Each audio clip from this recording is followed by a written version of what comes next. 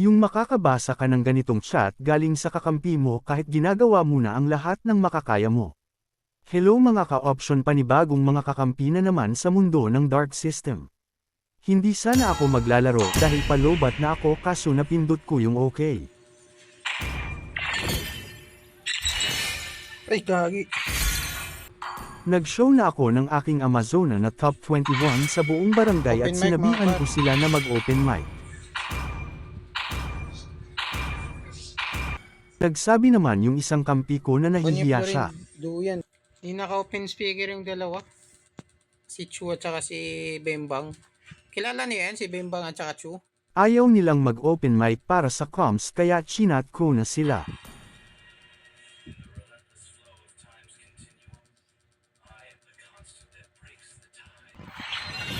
Napapalaban ako dito, ang kukunat nila.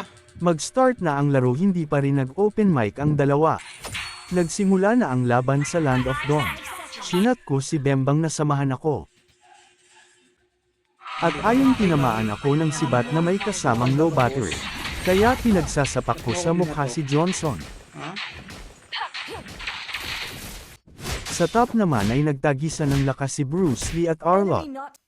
Inaabangan ito sa damo at bigla itong sinapak at sinipa papuntang langit. Samantala sa bot lane ay nagkakaroon batuhan ng 2 Mia laban kay X na siya sa buhay mo. Nagpang-abot kami ni Johnson sa blue buff. At pinaliguan siya ni Bembang ng maraming bomba sa sabay binato ng flame shot. Ang ating bida naman na si Amazona ay pumalag sa dalawa kaya nabigyan siya.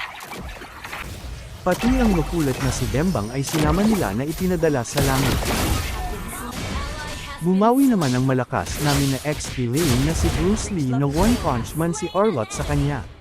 Nabigo naman ang tangkang pagpatay ni Guinevere at Mia kay X na siya. Nag-chat si Bembang na sayang daw ang core namin. Nag-turtle si Guinevere at Bruce Lee.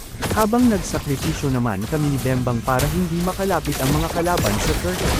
Dito kayo. Pwede yung talo na, no? Nakipagrambolan kami ni Bruce Lee sa tatlo. Huwag tayo dyan. Naging 4 sila. Kahit napatay namin si Arlott, si Amazona naman ang naging kapalit at muntikan pang masama si Bruce Lee. At hinabol nito ni Johnson, akala nito ay kaya niya si Bruce Lee, nakatikim tuloy siya ng mga sapak. Nakakita naman ng red light si Guinevere at pinalonan nito sa tore, siya tuloy ang nag-head.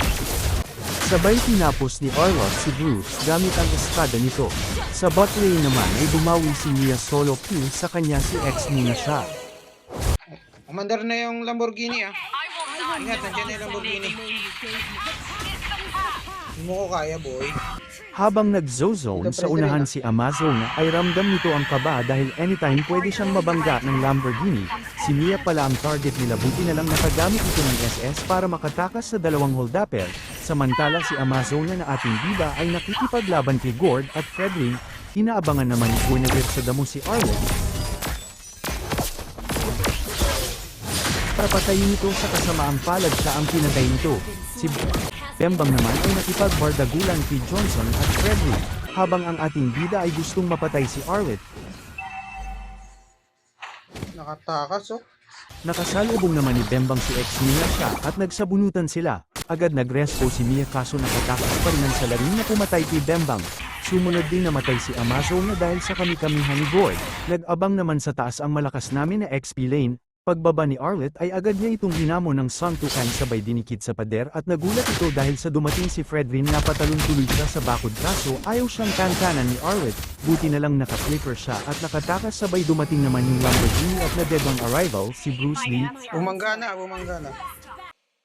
Sa bot lane naman ay nakipag 1v1 si Mia kay X na siya sa loob ng tore kaya dalawa silang nawala sa mundo. Samantala nagkaroon ng digmaan sa tabi ng pagong, bawat isa ay hindi alam sinong babanatan, kaya tumakbo na lang ang ating bida sa taas para magkaroon ng oras si Guinevere makuha ang pagong. Sa kasamaang palad yung alimango pala ang kiniha niya, na sayang lang ang naging sakripisyo ng ating bida. Grabe, hirapan ako ng lalo.